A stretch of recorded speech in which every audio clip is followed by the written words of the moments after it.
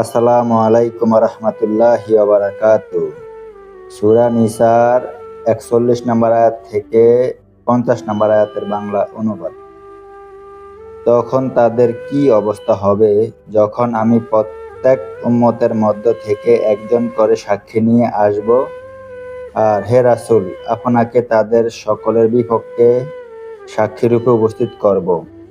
যারা কুফরি করেছে এবং রাসূলের নাফরমানি করেছে, সেদিন তারা কামনা করবে, হায়, মাটি যদি তাদেরকে তার সাথে মিশিয়ে দিত, আর তারা আল্লাহ তাআলার নিকট থেকে কোনো কথাই গোপন করতে পারবে না। হে ঈমানদারগণ, তোমরা নেশাগ্রস্ত অবস্থায় সালাতের নিকটবর্তী হইও না, যে পর্যন্ত না তোমরা তা ভালোভাবে বুঝতে পারো যা তোমরা মুখে বলে থাকো। আর নাফাক অবস্থায়ও শুধুমাত্র পথ অতিক্রম ব্যতীত সালাতের নিকটবর্তী হইও না, যে পর্যন্ত না তোমরা গোসল করে নেবে। আর যদি তোমরা অসুস্থ হও কিংবা সফরে থাকো, অথবা তোমাদের কেউ পায়খানা থেকে আসে, অথবা তোমরা স্ত্রী সহবাস করো, অতঃপর এ সমুদয় অবস্থায় পানি না পাও, তবে পবিত্র মাটি দ্বারা তায়াম্মুম করো, স্বীয় মুখমণ্ডল ও হাতগুলো মাসেও করো। নিশ্চয়ই আল্লাহ তাআলা পাপ মার্জনাকারী, অতীব ক্ষমাশীল। তোমরা কি তাদেরকে দেখনি যাদেরকে আসমানি কিতাবের কিছু অংশ দেওয়া হয়েছে, তবুও তারা পথভ্রষ্টতাকে ক্রয় করে নিয়েছে, আর তারা কামনা করে যে তোমরাও সত্য পথ থেকে সুদূরে চলে যাও। আর আল্লাহ তাআলা তোমাদের শত্রুদেরকে ভালোভাবেই জানেন, আর আল্লাহ তো বন্ধু হিসেবে যথেষ্ট এবং সাহায্যকারী হিসেবেও যথেষ্ট।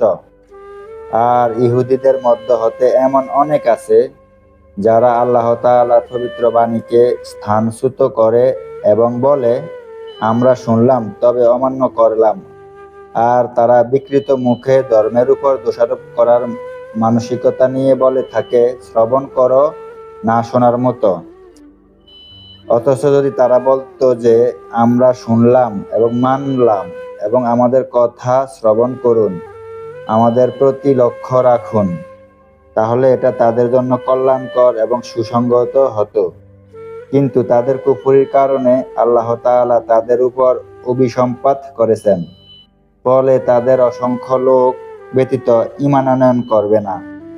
হে আহলে কিতাবগণ, তোমরা ঈমান আনয়ন করো সেই কিতাবের প্রতি যা আমি অবতীর্ণ করেছি, তোমাদের নিকটস্থ কিতাবের সত্যায়নকারী হিসেবে। তোমরা ঈমান আনো, চেহারা সমূহকে বিকৃত করে উল্টো দিকে ফিরিয়ে দেওয়ার পূর্বে, কিংবা শনিবারের ঘটনার সাথে জড়িতদেরকে যেভাবে আমি লানত করেছিলাম, সেরূপ তাদেরকে লানত করার পূর্বে। আর আল্লাহর নির্দেশ কার্যকরী হয়েই থাকে। নিশ্চয়ই আল্লাহ তাআলা তার সাথে শরীক করার অপরাধ ক্ষমা করবেন না, বরং অন্যান্য অপরাধ তিনি ইচ্ছা করলে ক্ষমা করে দিতে পারেন। আর যে আল্লাহর সাথে শরীক করে সে বড় পাপে লিপ্ত হয়। হে রাসূল, আপনি কি তাদের প্রতি লক্ষ্য করেননি যারা নিজেদেরকে পবিত্র মনে করে, বরং আল্লাহ যাকে ইচ্ছা তাকে পরিশুদ্ধ করেন, আর তাদের প্রতি সামান্য পরিমাণও অবিচার করা হবে না। হে রাসূল, আপনি প্রত্যক্ষ করুন তারা কিভাবে আল্লাহর প্রতি মিথ্যা অপবাদ আরোপ করেছে, আর সুস্পষ্ট পাপ হিসেবে এটি যথেষ্ট। আসসালামু আলাইকুম রহমতুল্লাহি ওয়া বারাকাতুহু।